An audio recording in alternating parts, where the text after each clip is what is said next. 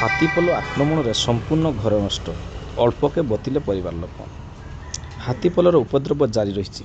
ଭାତଛତ୍ର ଗ୍ରାମରେ ହାତୀ ପଶି ବ୍ୟାପକ କ୍ଷୟକ୍ଷତି। ଏମିତି ଘଟଣା ଗତକାଲି ମୟୂରଭଞ୍ଜ ଜିଲ୍ଲାର ମୋରଡ଼ା ବ୍ଲକ ଅନ୍ତର୍ଗତ ଚିଟାମାଟିଆ ପଞ୍ଚାୟତ ଅନ୍ତର୍ଗତ ଭାତଛତ୍ର ଗ୍ରାମରେ ଘଟିଛି।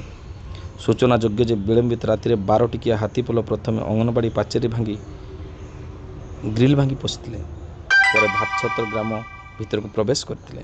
ହାତୀପଲ ପ୍ରଥମେ ବୁଧରାଇ ହାଁସଦାଙ୍କ ଘର ଭାଙ୍ଗିବା ସହ ପ୍ରଚଣ୍ଡ ଗର୍ଜନ କରିଥିଲେ।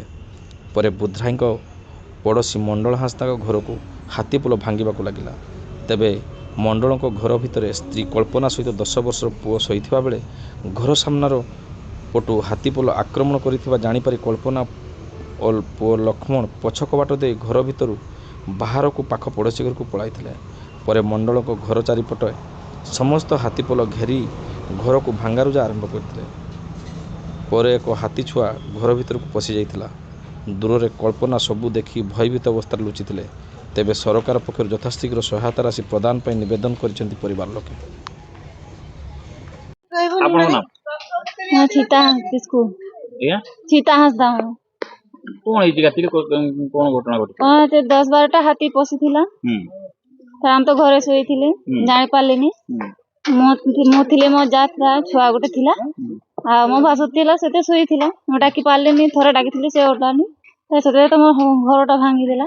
ଆଉ କିସ କରିବି, ଘରେ ମୁଁ ପଳେଇଲି ସେପଟକୁ। ସେପଟ ବି ହାତୀ ଅଛି।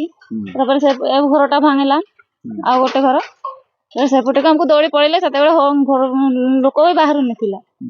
ସବୁ ଭାଙ୍ଗି ଦେଇକି ଇଏ କରିଦେଲା, ନଷ୍ଟ କରିଦେଲା। କେତେ ଭୟଭୀତ ଅବସ୍ଥା ଥିଲେ, କେତେ ଡରି ଯାଇଥିଲେ? ଡରିଥିଲେ, ଆଉ କିସ କାଦ କହୁଥିଲେ, ଆଉ କିସ କରିବା। ସରକାରୀ ସହାୟତା କିଛି ପାଇଲେନି? ନା, କରିଛନ୍ତି? ହଁ ଆସିଥିଲା ଯେ ଟଙ୍କା କିଛି ସହାୟତା ମିଳିନି। ଆପଣଙ୍କ ନାମ? କଳ୍ପନା ହାଁସଦା। କଣ ହେଇଥିଲା? କେତେ ହାତୀ ଆସିଥିଲେ? କଣ କେତେ ଭୟଭୀତ ଅବସ୍ଥା ହେଇଥିଲା? କଣ ହେଇଥିଲା ଘଟଣା? 8-12ଟା ହବ ହାତୀ ଆସିଥିଲା।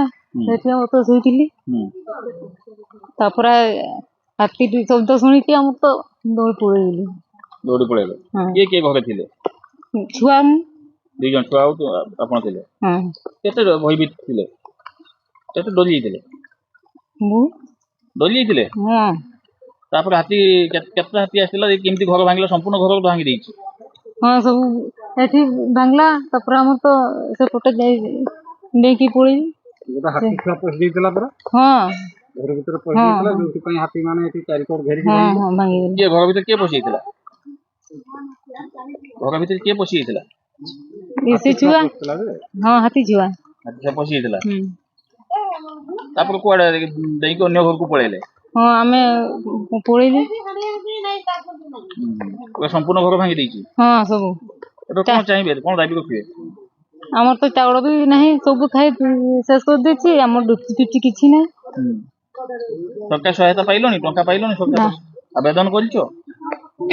ହଁ, କାଲି ଲେଖିକି ଯାଇଛି।